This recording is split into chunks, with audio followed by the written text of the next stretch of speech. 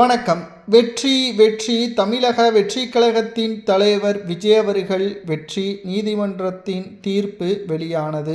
அதாவது அதிமுகவின் எம்எல்ஏக்கள் ராஜினாமா செய்ததற்கு காரணம் குதிரை பேரம்தான் என்று அதிமுகவில் எடப்பாடியின் ஆதரவாளர்கள் வழக்கு தொடர்ந்தார்கள்.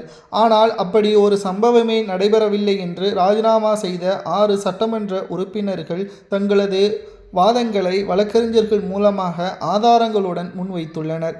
மறைந்த முன்னாள் முதல்வர் ஜெயலலிதா அவர்கள் மறைந்த பிறகு அதிமுகவின் ஒட்டுமொத்தமான வெற்றி வாய்ப்புகளை அனைத்தையும் சசிகலா அவர்களிடம் கொடுத்தார்கள். அவர் கூவத்தூரில் நடைபெற்ற கூட்டத்தின் பொழுது எடப்பாடி பழனிசாமியை முதல்வராக தேர்வு செய்தார்.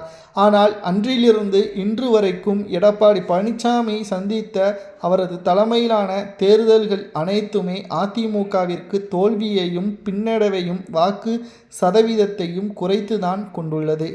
2026 சட்டசபை தேர்தல் நாங்கள் மிகவும் எதிர்பார்த்தோம். ஆனால் நிச்சயம் இப்படிப்பட்ட ஒரு தோல்வியை நாங்கள் பெறுவோம் என்று எதிர்பார்க்கவில்லை. ஆனால் இதற்கு எடப்பாடி சொன்ன பதில், நீங்கள் களத்தில் சரியாக வேலை செய்யாததுதான் என்றும் கூறினார்.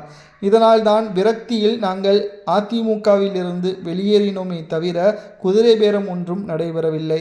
தற்பொழுது வரை தாவேகாவில் எங்களுக்கு முக்கிய பதவிகளும் கொடுக்கவில்லை, சாதாரண உறுப்பினராகத்தான் நாங்கள் இருக்கிறோம் என்று ஆதாரங்களையும் நீதிமன்றத்தில் கொடுத்ததன் காரணமாக முதல்வர் விஜய் அவர்கள் மீது எந்த ஒரு தவறும் கிடையாது என்று நீதிபதி தீர்ப்பு வழங்க உள்ளதாகவும், இந்த வழக்கு வருகின்ற 28ஆம் தேதி தீர்ப்பு வழங்க நீதிபதி உத்தரவை பிறப்பித்துள்ளார்.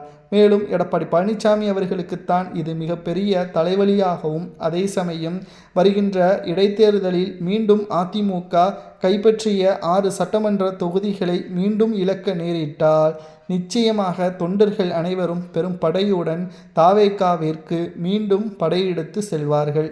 இதனால் அதிமுக தலைமையில் ஒரு ஒற்றுமை இல்லாத காரணத்தினாலும் வெற்று சுவருக்கும் அங்குள்ள மரங்களுக்கும் மட்டும்தான் எடப்பாடி பொதுச்செயலாளராக இருப்பார் என்ற விமர்சனங்களும் அரசியல் வட்டாரத்தில் பேசும் பொருளாக மாறியுள்ளது.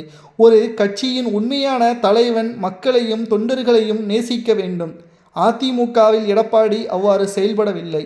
ஒட்டுமொத்தமான ஊழல் குற்றச்சாட்டுகள் தான் அதிமுகவில் எடப்பாடி பழனிசாமியின் மீது முன்வைக்கப்பட்டு வருகிறது. இதுவரைக்கும் பெண்களது ஆதரவுகளும் இளைஞர்களது ஆதரவுகளும் அதிமுகவிற்கு ஏன் வரவில்லை?